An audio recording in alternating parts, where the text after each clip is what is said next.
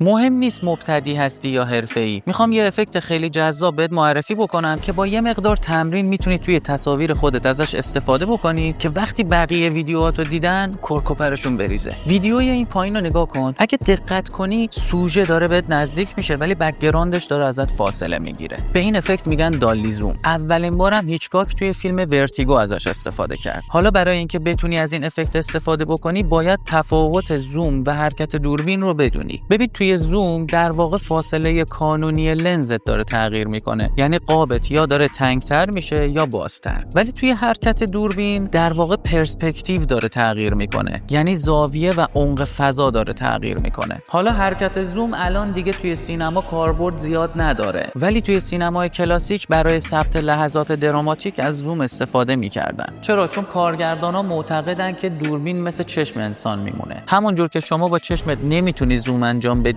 با دوربین هم نباید زوم انجام بدی. شما اگه بخوای یه چیزی رو نزدیک ببینی مجبور میشی بری جلوتر. اینم دقیقاً همینه. اگر شما بیای زوم رو با حرکت دوربین تلفیق بکنی این افکت به وجود میاد. شما اگر دوربین رو به سمت جلو حرکت بدی ولی همزمان بیای زوم رو به سمت عقب ببری این اتفاق میفته. برعکسش هم همینطور. اگه زوم رو به سمت جلو ببری و دوربین رو به سمت عقب حرکت بدی باز همین اتفاق میفته. یه ذره روش تمرین بکنی مطمئنم تصاویر خیلی جذابی میتونی خلق کنی.